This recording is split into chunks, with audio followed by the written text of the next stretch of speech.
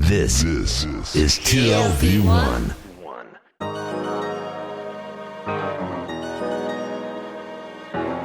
The Tel Aviv Review with Gilad Halpern. Hello and welcome to the Tel Aviv Review, a program dedicated to the word, to the thought and to debate. I'm your host, Gilad Halpern, and every week I'll be engaging in close encounters of the intellectual kind with writers and scholars, or simply people of ideas of all types and vocations who have done something to make our lives a tad more interesting. My guest today is a translation scholar, the head of the Translation Diploma Track at Beit Berl College, and a post-doctoral fellow at the Ruderman Program for American Jewish Studies and the State of Israel at the University of Haifa. He specializes in the role played by translated Israeli literature in shaping Jewish American identity, especially in the 1960s and 70s, two key decades in this respect. Dr. Omri Asscher, welcome to the Tel Aviv Review. Thank you for having me. So I often like to refer to the Israelis and American Jews as two communities separated by a common religion, paraphrasing George Bernard Shaw's famous saying about Britain and the United States being two countries separated by a common language. And I like to relate to your argument, if I understand it correctly, that literature, in this case Israeli literature, serves as a mechanism to highlight the fault lines that are often liked to be glossed over. That's one way of thinking about it, and it's close to the way I present it.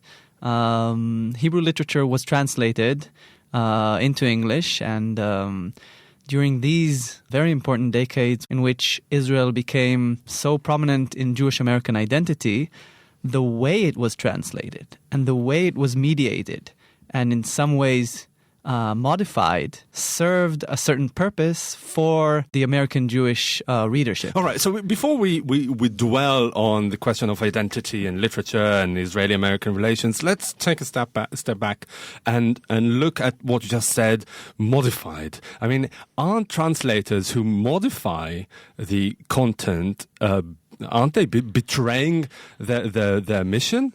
That depends on who defines their mission and how faithfulness is even faithfulness to the written word is defined, which is something very different in the beginning of the first millennia and today, and in different cultures and different historical contexts. So you don't see it as problematic at all?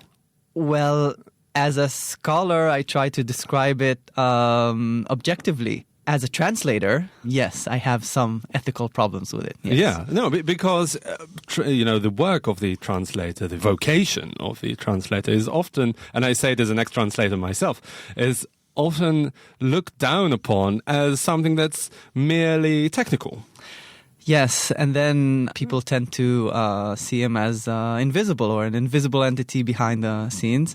Actually, this is problematized in recent translation thought, where some prominent scholars like Lawrence Venuti from America, an Italian-American scholar, wants the translator to be more present in the translations, even to the point of modifying or changing the source text to serve some ideological purpose. Well, so this is something that is generally accepted, this ideological mobilization of translators?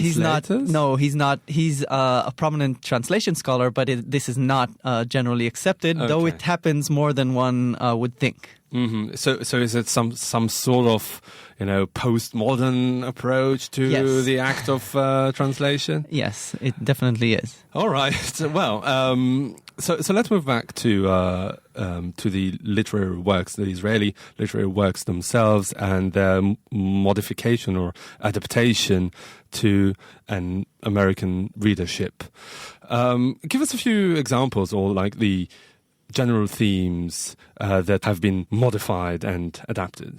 So translators, and now I should say the editors many times, because I had some discussions with the translators themselves, and it turns out they were not at fault many times, but rather the editor, and now that puts an emphasis on the structural tendency in the literary institutions. So in any case, things that were modified, themes that were touched on, include, for example, the negation of the diaspora, which in some way or another appears in Hebrew literature in different decades and in different ways. Because we have to say it was a central tenet of Zionism, especially in the early stages. Yes. That every Jew belongs in the state of Israel or Palestine or wherever. And Jewish diaspora is not perhaps a viable second-rate Jews. Yes. Which, of course, wasn't music to the ears of American Jews because they wouldn't like to be patronized, right? Which explains, for example, the modification of one scene from a novel by David Shachar, which depicts A.B. Drizzle, which is... can you guess who A.B. Drizzle is in the text? A.B. Drizzle. So that's Elie Wiesel, the icon of American Jewry, perhaps. So is it like a parody of Elie Wiesel? It's a very sarcastic parody of Elie Wiesel. And so he's invited to Israel by the Ministry of Public Relations to follow the Yom Kippur War. And his character, which we can think of as representative of American Jewry in general, perhaps, by the author, is really presented... He's painted as pompous and self-indulgent, this kind of media star that knows very little about Israel. This was modified. First, his name was changed in the translation. He was now called, in the English text, he's called Jules Levy, which blurs his identification with. And then many of the scenes, much of the ridicule is subdued. Full scenes are omitted in an otherwise faithfully translated book.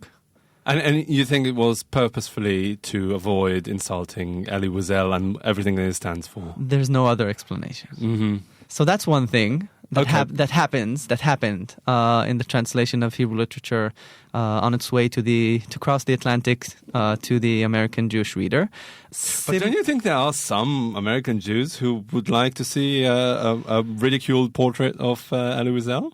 I'm saying this as, a consumer of literature, if you want to, or anyone just looking at it objectively. If I take off my descriptive hat... Yes, please do. And personally, yes, of course, I think it's unethical and defeats... It's infuriating. Yes, and it defeats the purpose of these two communities coming together based on true knowledge of one another. And you're saying that there are many other examples like that? There are. So I was going to say that this is not only in the translations themselves, but also in the way literary reviews mediated the works to their readers, how they interpreted them, and this also we can find similar themes apparent in these reviews.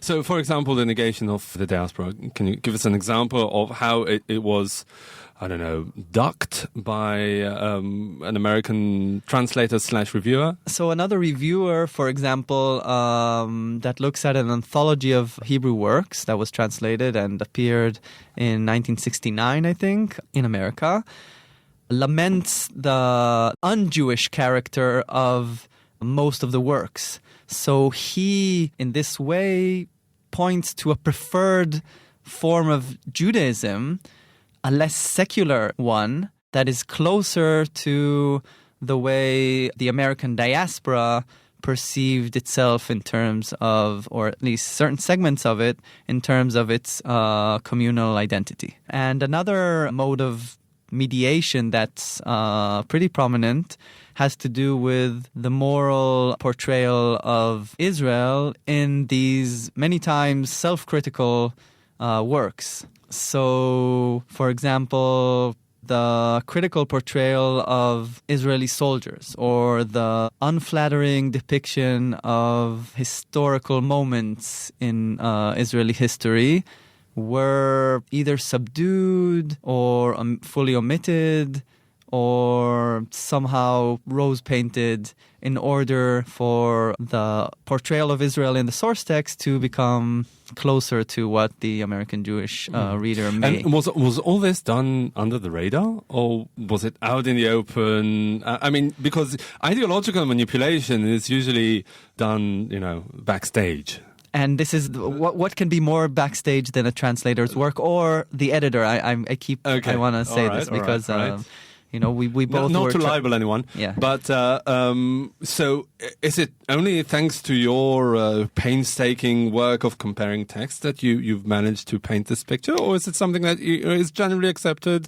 It has some supporters, some detractors, but most of the readers, when we read any translated work into Hebrew, do most people think about what happens in the translation process? Probably not. Mm-hmm. And if so, it's about a choice of words or a turn of phrase. It's not about the content itself. Yeah, people think of it more in a stylistic manner. So from this perspective, yes, it's under the radar. For example, when A.B. Drizel, or whatever his name was, when the book was published in English with the totally different name, did anyone spot it and say... In fact, some did. I mean, there were some reviewers who managed to read through the modifications and they felt, some of the readers felt pretty annoyed by this portrayal as it was, and I can't imagine what they would think if they'd see it without the scenes that were left out. Mm-hmm. Amazing. This is my next question. Perhaps goes beyond the remit of your work. But do we see other examples of this, as I said, ideological mobilization of translators or editors? To be fair, in other contexts, we all know that Israel and Israeli diaspora relations, and the whole place of Israel in American Jewish identity is very ideological. And loaded. And loaded. So, I mean, in a way, it makes sense that the text would be somehow manipulated. I didn't think it would be to this extent, but, it makes sense. Do we see it in any other context? Much research is dedicated in recent years to this question, and we see, for example, Hebrew translations of English works that omitted throughout most of the 20th century, we find this, less so in recent decades, much Christian content. So the famous pro-Christian novel Ben-Hur, which was translated into Hebrew several times, as Professor Nitza Ben-Ari shows, was changed in a way that omitted or subdued its Christian content in some fear that it may influence the Israeli readers towards Christianity or some strange... Yeah, and in many other contents. I would think perhaps in dictatorial societies that censorship was really pervasive. The best example is, of course, Soviet Russia, and all the works that were either censored in the original Russian or translated, this warped translation into Russian. But in a democratic society, after all, where the plurality of ideas and dissent are consecrated in a way, this is something that should send the alarm bells ringing. Perhaps, but this is something that's characteristic of literature in general, that it has ideological underpinnings more than we perhaps care to think about. Yeah, and not only in translation, by the way. No, and the translation and the editing process is yet another layer of the transmission of this ideological message. Yes. Definitely. Yeah. All right. Dr. Omri Asscher, you're a translation scholar specializing in the role played by translated Israeli literature in shaping Jewish American identity in the 1960s and 70s. Thank you very much for coming in today. Thank you. Sorry, it's all that you can say. Years gone by. Still,